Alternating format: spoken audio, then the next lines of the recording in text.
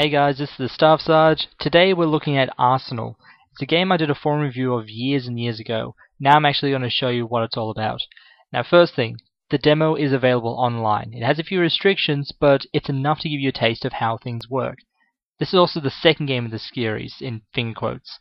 The first was called Taste the Power, and was pretty rough around the edges. The second one, Extended Power, has polished it up nicely, in the same way 762 polished up from Brigade 5.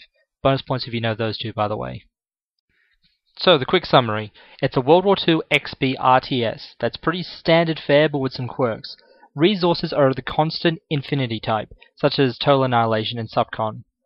Buildings have to be built on level ground, which means that your bulldozers, which are the construction units, need to flatten the area first, then they'll get to building. This can slow down expansion if there's a lot of hilly terrain. Everything has to be researched from scratch from the HQ, which means that endgame units like battleships and V1 rockets take a long time to get into the field. Finally, it encourages players to try and fight on either equal terms or with the advantage to the other team.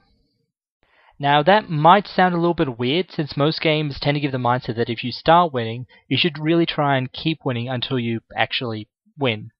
Arsenal, on the other hand, it uses a simple scoring mechanic. Everything you kill gives points. Everything that is killed deducts the same number of points. But if the enemy has an advantage, the game will recognize it and give you a bonus, up to 8 times the score. This only affects what you kill, so if both sides, say, kill a medium tank that's worth 50 points, player with the advantage gets the base 50. The player who's disadvantaged with a 4 or 8 times modifier will get 200 or 400 points, while they both lose 50 points at the same time for having that unit killed. That can mean that even if a player loses, he can still win if he makes it a firing victory. Too long did not read version. You win more decisively if you keep at around the enemy's level, rather than amassing a huge army and stomping all over him. Unless you have such a huge army, he literally can't do anything, but by then the game's normally all over bar the crying. Actually playing the game. So you start off with a couple of units, depending on your global rank. As you game and get points, you get promoted. The higher the rank, the more embedded units you get at the start. You have a HQ, that's where the research is done. Start researching some tech, you build some houses to get cash to fund the research and more buildings. A refinery for fuel oil, a furnace for steel to build units, then military production. Ideally, you want to get the basic infrastructure down by the time you're ready to start building medium tanks, since they're generally the best value ground unit. In addition, you'll need extra tankers and maybe ore trucks to improve your resources. Tankers especially, since they're needed to refuel your warships. Naval power is very, very important in this game for a couple of reasons. First of all, oil only comes from oil rigs, and you need fuel to keep fighting. Therefore, you need to make sure that your oil tankers, between the rigs and the refineries, are secure. Secondly, because the map is wraparound, you can strike from literally any angle, and a navy has the best mobility in this regard. A flank attack from landing ships supported by cruisers can result in a GG if handled correctly. Finally, warships themselves are very powerful, cruisers especially, which can be researched very early on in the game. They'll cut down almost all land forces if it can reach them, plus they have some light AA to keep fighters off their backs. Now on the ground, in addition to trucks and arty, you have fuel trucks, fire trucks, and bulldozers. You'll need at least one dozer to keep building buildings. The fire trucks will repair damage and put out fires, while fuel tanks keep your army moving. Finally, you've got your air power, fighters and bombers of a couple of types. The fighters handle local air supremacy, heavy bombers are the premier mud movers and building killers, and tactical bombers are the in-between. They've got better range and armor than fighters, plus better ground attack, but less speed and turn rate, but they're actually able to shoot down enemy aircraft, unlike bombers. Air power is better used to just harass an enemy. Even if you send a couple of dozen airfields worth of heavy bombers, you're unlikely to outright cripple them in one blow, although you can definitely slow them down enough to put the battle in your favor.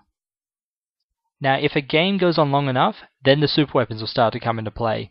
Each faction, of which there's 5, get 2 unique units. These include jet fighters with air-to-air rockets, hovercraft which are immune to torpedoes, kamikaze motorboats, toxic missile launchers, V1 rockets, and the atomic bomb. Now, as with all super weapons, you'll probably only use them sparingly, partially due to the cost, and partially because of the fact that, honestly, generic units which you can get in much larger numbers work even better. The exceptions are the last 3. They're very powerful, but they also give you a penalty for every use. Every nuclear bomb you drop, every toxic or V1 rocket you launch, you get a point deduction. Though at least the atomic bomber can go back to using regular iron bombs. That makes them a very long-ranged, more expensive and better armored heavy bomber. So, actually getting the game. As I said, it's free for the demo with some restrictions. For the full thing, which is just a license to add on to the demo, it's a one-time purchase online for about 35 Aussie, and it does come with a built-in converter for your native currency. The reason I say this is one time is because that's for the full offline game, the campaign skirmish against AI. You need a passport to play it online. When you first buy it, you get a couple months free. After that though, it's around $30 for a 3-year subscription.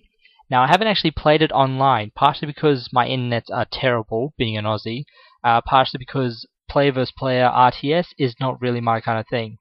But to me, that's not really the worst value ever. So my advice, if this game does seem to interest you, try the demo. If you like it, then buy the full thing. Then try the online play while you have the free passport.